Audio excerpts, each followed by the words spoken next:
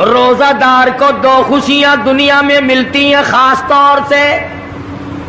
ایک افطار کے وقت آپ صلی اللہ علیہ وسلم نے فرمایا جو دعا مانگو وہی ملے. عند افطارہ، افطار کے وقت فرمایا وعند لقاء ربی. دوسری خوشی اللہ تبارک و تعالی سے ملاقات کے وقت یعنی قیامت میں ہوگی. فرمایا میرے بندو میرا رمضان ہے، میرا قرآن ہے، یہ تمہارے لیے سفارشی بنیں گے. شہر رمضان الذی انزل فیہ القرآن ہدی للناس وبینات من الہدی والفرقان. اور میرے بندو میں نے رمضان میں قرآن مجید کو نازل کیا، اس کو کلام الہی سے مشابہت ہو گئی. اب تیری زبان ہو، میرا کلام ہو، مہینہ رمضان ہو، ادھر میری جنت اور تیرے لیے سال پہلے سجا کے رکھ دوں. بشرطے کہ تو اپنے گناہوں پہ ندامت کے آنسو بہائے. چکر بازی نہیں کرنی. فمن شہد منکم الشہر فلیصم. جس کو رمضان کا مہینہ آ گیا، زندگی میں مل گیا، اسے چاہیے کہ روزے ضرور رکھے. اگر کسی بیماری کی وجہ سے روزہ نہیں رکھ سکا، کسی شرعی عذر کی بنا پر روزہ چھوڑ دیا، سیدنا علی مرتضی رضی اللہ تعالیٰ عنہ فرماتے ہیں جس نے رمضان کا روزہ ایک روزہ چھوڑ دیا، کسی عذر کی وجہ سے چھوڑا، سفر کی وجہ سے چھوڑا، یا عورت نے مینٹلی کورس کی وجہ سے چھوڑا، یا کسی اور عذر کی وجہ سے چھوڑا، حضرت علی فرماتے ہیں رمضان کا ایک روزہ جو چھوڑ دیا 100 سال تک برابر روزے رکھتا جائے رکھتا جائے رکھتا جائے، ایک روزے کا بدلہ 100 سال کے روزے نہیں ہو سکتے.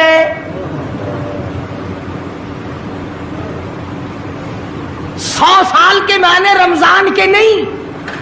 سردی گرمی 12 مہینے روزے رکھتا جائے 100 سال تک روزے رکھے، رمضان کے ایک روزے کے برابر فضیلت کو نہیں پہنچ سکتا.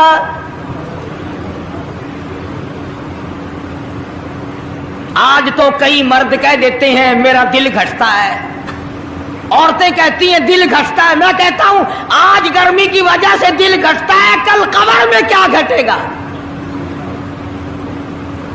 جہاں کوئی ہوا نہیں، کوئی پنکھا نہیں، کوئی ایئر کنڈیشن نہیں، چاروں طرف سے بند، لاکھوں من مٹی کے نیچے لیٹنا، وہاں کیا کرے گا دل؟ کیسے نہیں گھٹے گا اور کیسے گھبراہٹ نہ آئے گی؟ امام الانبیاء محبوب کبریا حضرت محمد مصطفیٰ صلی اللہ تعالی علیہ وسلم نے فرمایا او لوگوں قدر کرو رمضان قرآن کی، قیامت میں یہ دونوں چیزیں تمہیں کھینچ کر جنت میں لے جائیں گی.